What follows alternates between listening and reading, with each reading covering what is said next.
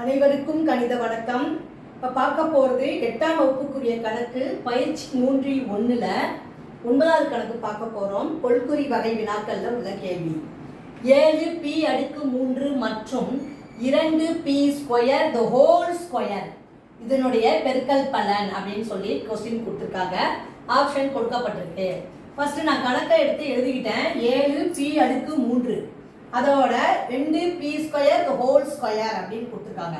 இப்போ பாருங்க, முதல் ஸ்டெப் நான் என்ன செய்யறேன், 7p⁻3 அப்படியே போட்டுக்கிறேன் into 2p² the whole square இருக்கு பார்த்தீங்களா. என்ன அர்த்தம், முழுவதும் 2² அடுத்து p² அப்புறம் ஹோல் ஸ்கொயர். இதை மாதிரி ஃபர்ஸ்ட் போட்டுக்கிறோம். அடுத்த ஸ்டெப்பு 7p⁻3 பெருக்கல் போட்டுக்கிறேன். 2² 2 × 2 எவ்வளோ, 4.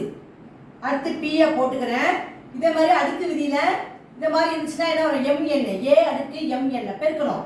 2 2 4 அப்போ p⁻4. அடுத்த ஸ்டெப்பு இப்போ என்ன பண்ண போகிறோம், 7 4 பெருக்கினால் 28. p அப்படியே போட்டுக்கிறேன். அடுத்து விதி என்னது, பெருக்கல்னா அடுத்துக்களை என்ன செய்யணும், கூட்டணும்.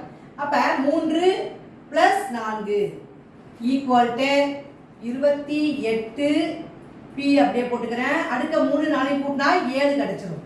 அப்போ இந்த கணக்குக்குரிய விடை 28p⁻7 என்பது இந்த கணக்குக்குரிய விடையாகும். புரிஞ்சுங்களா?